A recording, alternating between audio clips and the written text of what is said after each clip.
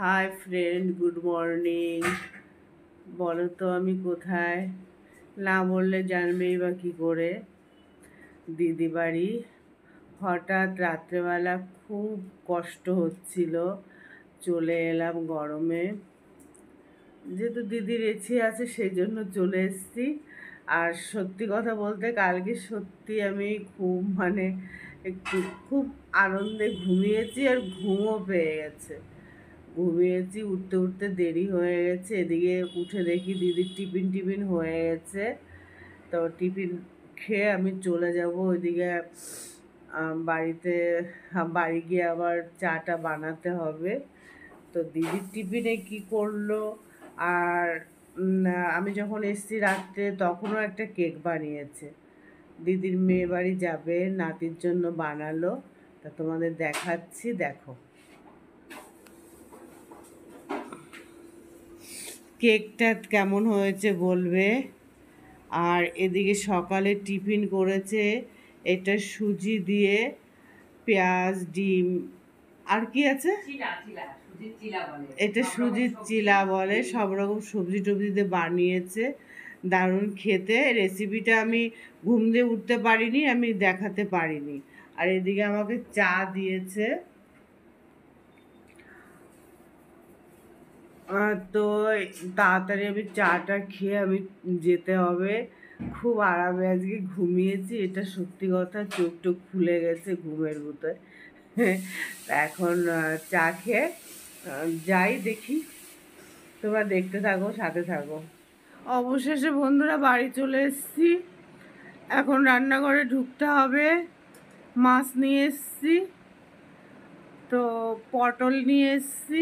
আজকে মাছ দিয়ে পটল দিয়ে করব, তোমরা দেখতে থাকো আর সাথে থাকো। তাড়াতাড়ি রেডি হই রান্নাঘরে ঢোকার জন্য। আর দিদি তো টিফিন করেই দিয়েছে। অনেক সকালেও ওঠে, আর আমার ঘুম হয় না, তার জন্য আমাকে আর ডাকেনি, আমি ঘুমিয়েছিলাম। তো টিফিন টিফিন দিয়ে দিয়েছে, নিয়ে এসেছি। টিফিন আর বানাতে হবে না আজকে, একদম সোজাসুজি রান্না করতে চলে যাব।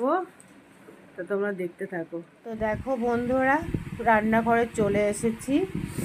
আমি আসার সময় চারাপোনাগুলো নিয়ে এসেছিলাম। আজকে করব পটল আলু দিয়ে। আর এদিকে আমি কড়াই বসিয়ে দিয়েছি, মাছটা ভেজে নিই।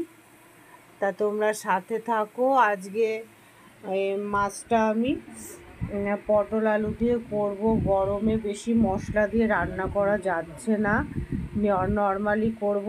তা তোমরা দেখতে থাকো, সাথে থাকো। তো দেখো বন্ধুরা, আলু পটলটা সুন্দর করে ভেজে নিয়েছি। এটা এখন তুলে নেব, তারপরে আসছি। বন্ধুরা, এখানে মশলার মধ্যে আছে জিরে, আদা, আর কাঁচা লঙ্কা, টমেটো। আর এদিকে ওই মাছ ভাজা তেলে আমি ফোড়ন দিয়ে দেব কিছুটা কালো জিরে। ফোড়নটা ভাজা হয়ে গেছে, দিয়ে দেব মশলাটা। আজকে আমি কোনো পেঁয়াজ রসুন দিয়ে করছি না, শুধু আদা জিরে বাটা দিয়ে করছি। আর একটা টমেটো দিয়ে দিয়েছি, ওই জন্য একটু গ্রেভি লাগছে। আর লঙ্কার মধ্যে কাঁচা লঙ্কাটা একটু লাল লাল ছিল, তা একটু কালার এসছে। দিয়ে দেব পরিমাণ মতন লবণ, আর দিয়ে দেব পরিমাণ মতন হলুদ। এটা কষতে থাকুক। বেশ কষানোটা হয়ে গেছে। এই পর্যায়ে দিয়ে দেব ভেজে রাখা পটল আলুটা দিয়ে আরও 2 মিনিট আমি কষাবো। তো তোমরা শেষ পর্যন্ত দেখো। সুন্দর করে কষিয়ে নিয়েছি, দিয়ে দেবো পরিমাণ মতন জল দিয়ে আমি এটা একটু ঢাকা দেবো 2 মিনিটের জন্য। ঝোলটা ফুটে উঠেছে, এই পর্যায়ে আমি মাছটা দিয়ে দেবো। দেখো বন্ধুরা, মাছটা হয়ে গেছে আমার, গলে গেছে। আলু পটল তো নরম জিনিস, গলে গেছে। মাছের ঝোল আমার রেডি, আমি নামিয়ে দেখাচ্ছি। তো দেখো বন্ধুরা, মাছের ঝোলটা কেমন হয়েছে অবশ্যই জানিও। আমি আজকে একদমই নর্মালভাবে করেছি, আদা জিরে টমেটো আর কাঁচা লঙ্কা দিয়ে করেছি। তো কেমন হয়েছে জানিও। আর এখন তো জানাতে পারছি না, আমি খেতে হবে তারপরে বলতে পারবো। তো বলো বন্ধুরা, কেমন গরম? গরমে ঘেমে গেছি। রান্না আমার এই শেষ হলো।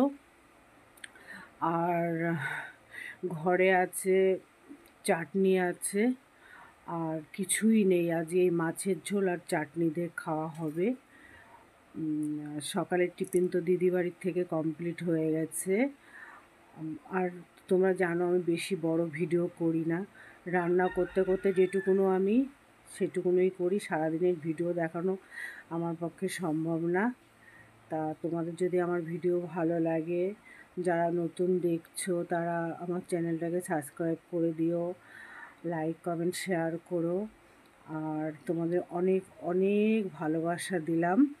আর পারলে গরমে একটু কম বেরিয়েও রোদ্দুরে, এটা আমি বারবার বলছি। আর খুব জল খাও তোমরা, জল খাওয়াটা খুবই ভালো গরমে।